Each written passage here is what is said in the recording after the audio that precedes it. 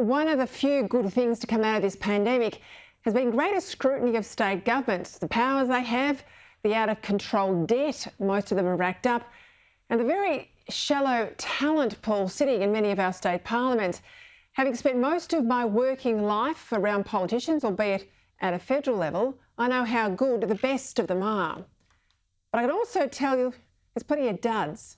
And you can see a dud at 10 paces. Believe me, the Queensland Parliament is not so full of geniuses that every single one of them deserves today's near 7% pay rise paid out over the next 15 months. That's $10,000 more for backbenchers and $22,000 for ministers. Especially after the Premier Palaszczuk, well, she promised there'd be no pay rise for pollies for the duration of the pandemic, she said, before last year's election. Have a look at this photo. It's a declaration of sorts posted to the Premier's social media during the election campaign, and it reads, Anastasia declares no pay rises for Queensland MPs until 2023.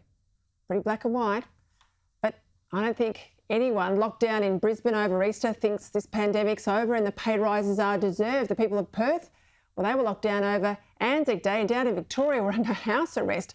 I don't think anyone down here wants to see paying state politicians more. Now, it's one thing to break a promise in order to tackle an emergency or respond to a significant changed circumstance. But she's breaking a promise just to feather her own nest, and it's pathetic. And the Queensland government, from the Premier down, deserves the anger coming today from locals. Trying to preempt her $42,000 pay rise today, the Premier said it was not her breaking her promise, but the Independent Remuneration Tribunal. There's legislation in place that makes it very clear it can't be higher than what public servants are getting paid. We've had the pay freezes, and it's nothing more than what the public servants are getting paid. In fact, it's less. Now, she's right, of course, it was a recommendation of the Remuneration Tribunal, but let me tell you, the Tribunal is about as independent as the government of Hong Kong. And politicians who wash their hands of responsibility for their own pay rises, saying that all the work of an independent tribunal, well, they're treating you with contempt. Of course, there's nothing to stop the Premier or any Queensland MP from knocking back this increase, even if it gets granted. But we won't hold our breath, will we? After all, most Australians in the private sector count themselves lucky to have a job post-COVID, let alone any expectation of a pay rise. Yet over the next 15 months alone, all Queensland MPs will pick up, as I said, almost 7% in their pay. Given last year inflation was under 1%, under 2% the year before, this increase stinks to high heaven. The justification for the pay rise, that the Queensland economy is booming, well, that's also a joke. Because that's no thanks to Anastasia Palaszczuk. Just ask the tourism industry. They're still on their knees due to her panicked lockdowns. To the extent the economy is booming, it's the result of unprecedented spending, $300 billion extra, courtesy of the federal government, and the further sugar hit of record low interest rates promised to last at least another 2 years. That's driving the massive spike in property prices. Nothing at all to do with Premier Palaszczuk and her government. Indeed, her contribution has to be rehiring 14,000 public servants that the previous government didn't need, and then adding a further 19,000, so an extra 33,000 public servants, all up on her watch. Meanwhile, she's opened all the new roads started by Campbell Newman, but hasn't commissioned many roads herself because, like state Labor everywhere, the name of the game is padding the public sector and boosting union numbers rather than developing the state.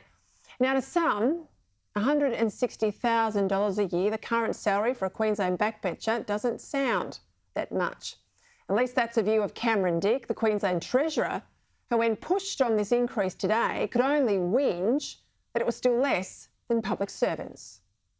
Well, it's an independent tribunal, and I'm very pleased that politicians are going to get a pay increase that's less than our hard-working public servants. But what the Queensland Treasurer is not telling you, that in addition to the $160,000, there's an electoral allowance up to $95,000 a year, A motor vehicle allowance, $43,000 a year, meaning all up, backbenchers already pocket between $285,000 to $308,000 a year. And that's, of course, before they claim any travel. That's up to $80,000 a year. Now, according to the ABS, the Australian Bureau of Statistics, the median wage in Brisbane, well, that's just under $73,000. So you can understand the anger of these very same taxpayers, can't you, when politicians are getting paid 4.5 times what they earn. Now, I don't normally begrudge people a pay rise, especially people working hard on modest incomes. That doesn't apply to Queensland MPs. All of this taxpayer largesse would be hard to swallow at the best of times, but right now, it's a disgrace. Premier Palaszczuk, not exactly hard done by her current salary of $400,000 a year, she'll go up to $442,000. She knows what's good for her.